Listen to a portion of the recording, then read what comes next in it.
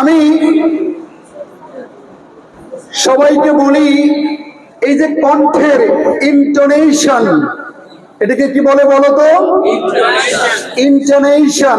এটা যে কত গুরুত্বপূর্ণ, কত গুরুত্বপূর্ণ একটা উদাহরণ শোনো।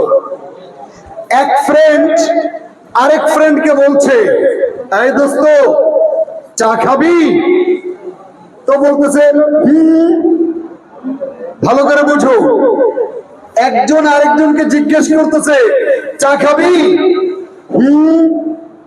তার মানে কণ্ঠ উপরে উঠিয়ে দিয়েছে। কণ্ঠ কি করেছে?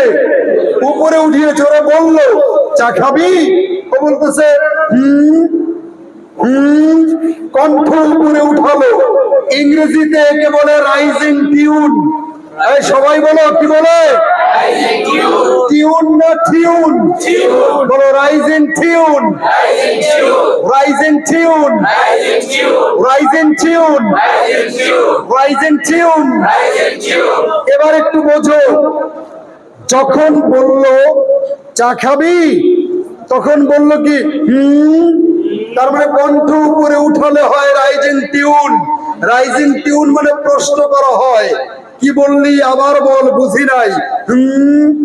যখন আবার বললো দোস্ত চা খাবি, বললো তখন এটা হলো ফলিং টিউন। বলো এটা কি টিউন? নিচের দিকে কণ্ঠ নামানো হলো, এটার নাম ফলিং টিউন। এটার নাম কি? যখন ফলিং টিউন হয় তখন এটার অর্থ হয় স্বীকার করা। তাহলে বলো তো, যখন প্রথম বলেছে চা খাবি, কণ্ঠ উপরে উঠালো তার মানে রাইজিং টিউন। যখন আবার বললো চা খাবি, কণ্ঠ নিচে নামালো এটার নাম ফলিং টিউন। রাইজিং টিউন হলে কণ্ঠ উপরে ওঠে, কণ্ঠ উপরে উঠালে প্রশ্নবোধক, নিচে নামালে হাবোধক। বোঝা গেল? আবার যখন বলেছে এই দোস্ত চা কেমন লাগলো, বলতেছে মানে হলো প্রথমে কণ্ঠ উপরে উঠাইছে, পরে আবার নিচে নামাইছে। এইটারে বলে এমটি, mixing tune. Mixing mixing tune মানে এখানে বোঝালো ভেরি টেস্টি, অনেক স্বাদ হয়েছে। তাহলে বোঝা গেল কণ্ঠ উপরে উঠালে ইংরেজিতে কি বলে? Rising tune. কি বলে? কণ্ঠ নিচে নামালে কি বলে? Falling tune. কণ্ঠ মিক্স করলে কি বলে? Mixing tune.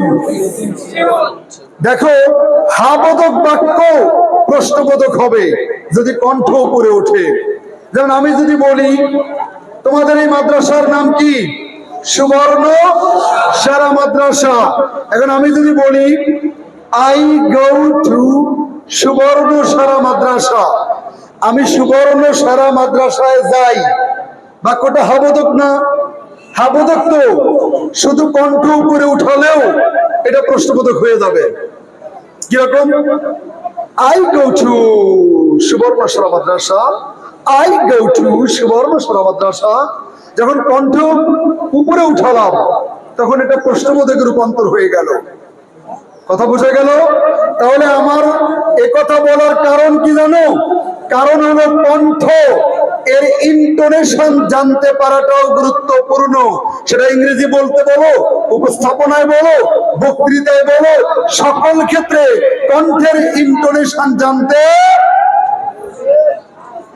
সরি, এই দেখো আমি তো তোমাদের দিকে বললাম সরি সরি, সরিটা আওয়াজ করে উপরের দিকে কণ্ঠ নিয়ে বললাম সরি। তার মানে হলো তোমরা কি বলতেছো আমি বুঝি নাই, আবার বলো সরি। কিন্তু যদি বলি সরি, কণ্ঠ নিচে নামালাম, এইবার এটার অর্থ দুঃখিত। তাহলে কণ্ঠের গেমটা কত বড় বুঝেছো? সরি সরি, এই সরি মানে দুঃখিত। কিন্তু যদি কণ্ঠ উপরে উঠাই, কেউ আমার কিছু বললো, আমি বললাম সরি সরি, তার মানে ভাই বুঝি নাই, আবার বলেন। আর যখনই বলবো সরি, কণ্ঠ নামালাম, তখন এটার অর্থ দুঃখিত। তাহলে একটা শব্দ শুধু কণ্ঠের কারণে চেঞ্জ হয়, কণ্ঠের এই গেম কি সবাই জানবো না? আমি কি তাহলে কণ্ঠ নিয়ে একদিন যদি শুধু কণ্ঠের উপরে 1 ঘন্টার ক্লাস নেই কেমন হবে? সেদিন শুধু কণ্ঠের উপরেই হবে ইনশাআল্লাহ। Thank you.